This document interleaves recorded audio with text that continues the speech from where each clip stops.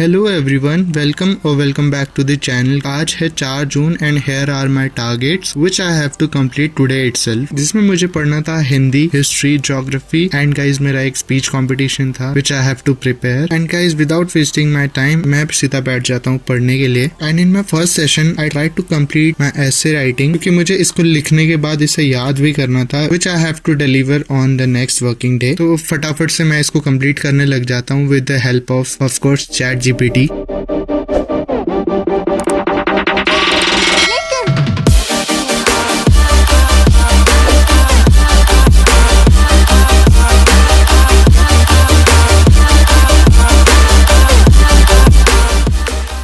And guys इसको complete करते करते ही मेरे को 11:30 तक बच जाते हैं। And here is the essay which I have prepared. And then guys मैं ले लेता हूँ एक छोटा सा break 2000 years later। And break के बाद मैं बैठ जाता हूँ अपना नेक्स्ट टारगेट कंप्लीट करने व्हिच वाज हिंदी। हिंदी में एक्चुअली गाइज मेरे को 3rd चैप्टर कंप्लीट करना था, अभिव्यक्ति और माध्यमिका का, बिकॉज उसका कल टेस्ट होने वाला है and I was literally unfamiliar with what is there in this chapter. And if you are new to this channel then please subscribe to the channel. I will be sharing my daily vlogs with you all. So guys, make sure to subscribe the channel and hit the bell icon.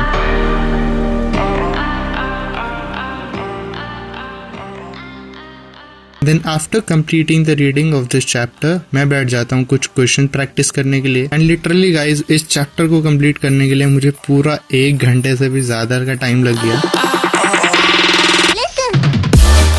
कैसे ना कैसे करके finally मैं इस chapter को खत्म कर देता हूँ, लेकिन इतनी देर तक बैठने के बाद मेरी कमर का हाल बहुत बुरा हो चुका था।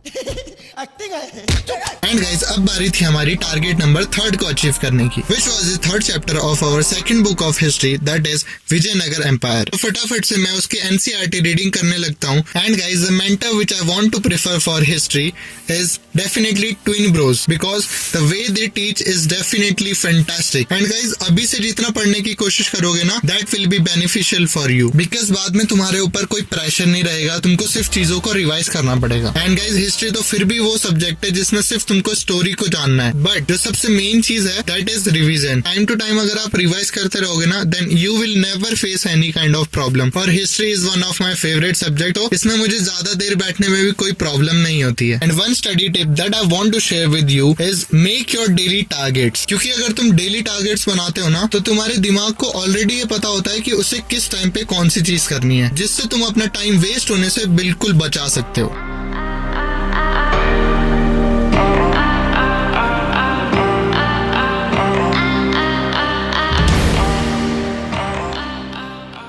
एंड गाइस इसी के साथ हमारा टारगेट नंबर 3 भी कंप्लीट हो जाता है। चैप्टर खत्म होने के बाद बुक्स के पेजेस को देखना मेरे लिए one of the most satisfying moment होता है, because it keep me focused and motivated toward my study. तो पेट पूजा करने के बाद मैं बैठ जाता हूँ अपना 4th टारगेट कंप्लीट करने, जिसमें मुझे ज्योग्राफी के primary activity and human settlement का रिविजन करना था। एंड गाइस अगर आप भी थोड़े टाइम बाद डिमोटिवेट हो जाते हो, तो सिंपल सी एक चीज है, अपने रिजल्ट वाले दिन को इमेजिन करो and then you will realise कि आपका आज का समय कितना ज्यादा इंपॉर्टेंट है। So it totally depends upon you कि तुम उसको बुरा बनाना चाहते हो या अच्छा बनाना चाहते हो।